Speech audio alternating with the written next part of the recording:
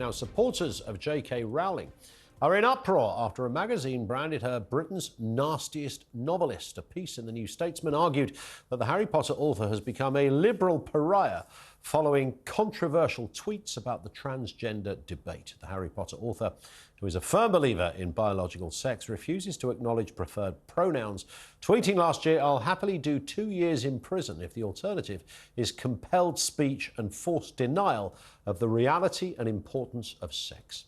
Rowling's fans have slammed the New Statesman article, calling it misogynistic and unhinged, while former Tory leader William Hague has also defended her.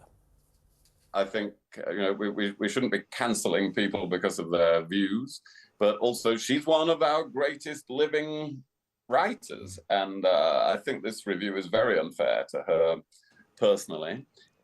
Yes, there's lots of dark nastiness in her books. She invented Lord Voldemort, for heaven's sake. And but what do they want her to do? Just write nice, cuddly bedtime stories for little left-wing children? Fair point. Joining me now, social commentator Jess Gill is with us. Afternoon to you, Jess.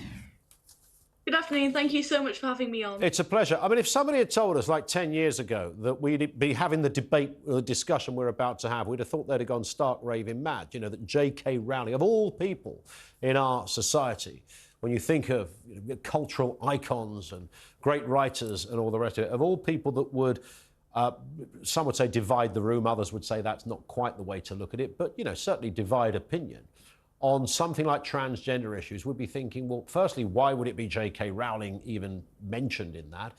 And secondly, and maybe more profoundly, who the heck could ever hate JK Rowling? Yeah, it's absolutely insane. JK Rowling is one of the greatest writers in Britain, one of the best things about our country in the modern day. And for her to be attacked, for her to have this hate campaign against her, for simply saying that a woman is an adult human female and women's spaces, such as domestic violence centres, such as sports, such as swimming, such as changing rooms, such as toilets, these spaces where women are at the most vulnerable should be protected and be exclusively for women. That's why we have separate women and men's toilets, women and men's changing rooms in prisons. That's why these, spaces are there to begin with.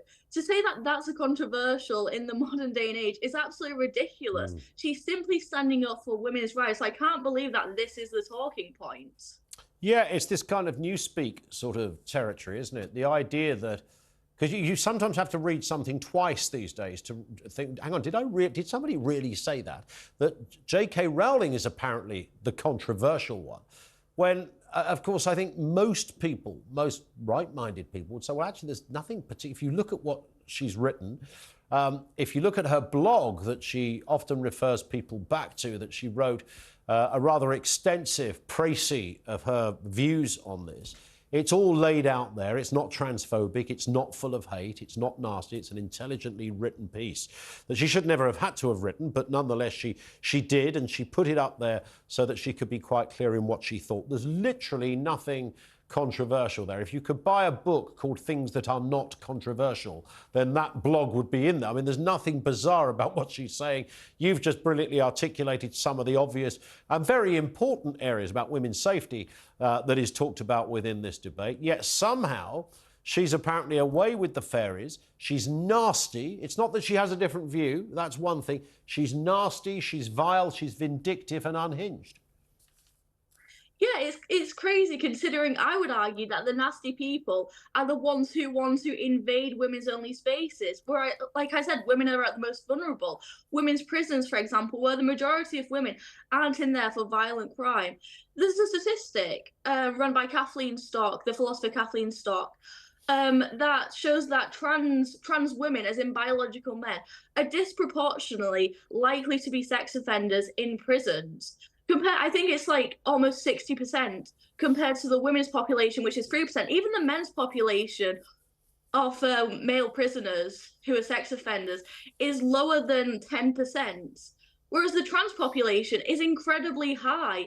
And just by raising this statistic to say that we need to protect women's spaces where women are at the most vulnerable, it is saying that you're a bigot. It's saying that you're an awful person. No, I think it's nasty to want to invade these women's spaces, to want to put these vulnerable women at risk. I think it's nasty to say that you want full-grown biological men dressed as women, oftentimes have this perverted sexual fantasy of going into these spaces and basically exposing themselves towards women. And if the women dare to complain, they're cancelled. If women dare to stand up, they're seen as nasty. I think that's the nastiest thing about it, that these women who just want to stand up to their spaces, they're cancelled. That's the most appalling part about it. Absolutely spot on. Listen, Jess, great to get your views on these things. Thank you, Jess Gill, political commentator with us on the programme. And I'm going to say this for the umpteenth time as well. This is never, to me, this whole debate has moved, it encroaches onto that rather dubious territory of identity politics. What we have now are people who aren't necessarily trans. There are people that might have a proclivity. There are people that might have a kink. There are blokes that like dressing up as women. There are blokes that like dressing up as women and pretending they're lesbians. There's all of these other areas. There's this curious term non-binary, which is being used to cover all manner of people's just basic desires to say, well, I'm not particularly masculine or particularly feminine. I'm a bloke or I'm a woman, so I'll call myself non-binary. You know, you don't get to change the language. It's not a gender. It is just something you think or want to identify as. And that's fine. You just can't ask the rest of the world to do it. And all of those other aspects have, frankly, done a complete disservice to the genuine debate, as if there needed to be a debate, about transgender issues. And I'll say it for the umpteenth time again. The transgender issue is something that never came up until about half an hour ago, it seems. We never needed to discuss anything about people who genuinely felt that their lived experience was not quite correct. Their biological sex didn't feel right. And they transitioned, and they might have done that fully in terms of surgical procedures. They might simply choose to live as somebody of the opposite sex to the gender they were born within.